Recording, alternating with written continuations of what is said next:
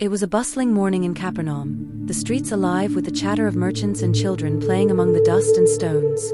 Jairus, a respected synagogue leader, hurried through the crowds, his heart pounding not with the normal anxiety of daily duties, but with a terror that gripped his very soul. His little daughter, his precious 12-year-old, was gravely ill. For days he had watched her grow weaker, her small body wasting under the invisible hand of sickness. Jairus had prayed, he had sought every healer he could, but now he knew he had only one hope, Jesus. Finally, reaching the house where he was, Jairus fell to his knees before the teacher. "Lord," he said, his voice quivering, "my daughter is dying. Please come and lay your hands on her, so that she may live." Jesus looked at him, eyes full of compassion, but calm and resolute. "Do not be afraid, only believe, and she will be made well," he said. And so, Jairus followed him, desperate, holding on to hope like a lifeline. But as they hurried through the streets, a messenger arrived from Jairus' house, breathless, with a message that made Jairus' heart sink. "Your daughter is dead. There is no need to trouble the teacher now." A wave of despair threatened to crush Jairus, but Jesus, sensing the despair, gently turned to him. "Do not fear, only believe," he repeated. It was a simple command, yet it carried a strength that defied the darkness surrounding them. They pressed on to Jairus' home.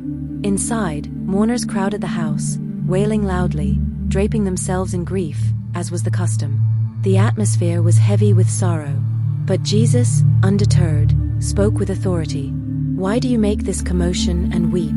The child is not dead but sleeping." The people laughed at him, their disbelief ringing harshly in the room. But Jesus took only the parents and 3 of his disciples, Peter, James, and John, into the inner room.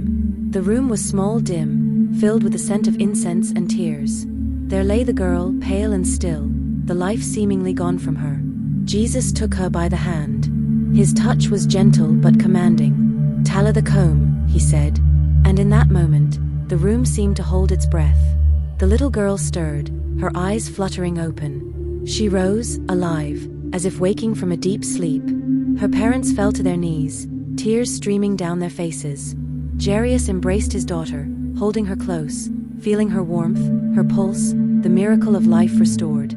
Jesus smiled, quietly telling them, "Give her something to eat," as if to seal the return to ordinary life, the life they had almost lost.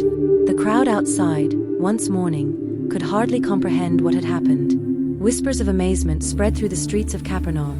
This man, Jesus, possessed a power unlike any other. He could heal the sick, give sight to the blind, and even raise the dead. But for Jairus, for his daughter, and for their household, it was not just power. They felt a deep, unshakable love. Love that reached into the darkest places, love that would not be thwarted by fear, grief, or death.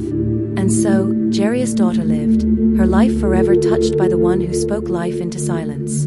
And Jairus, humbled and awed, carried a faith that would never waver again, for he had seen, with his own eyes, the living power of God in the man called Jesus.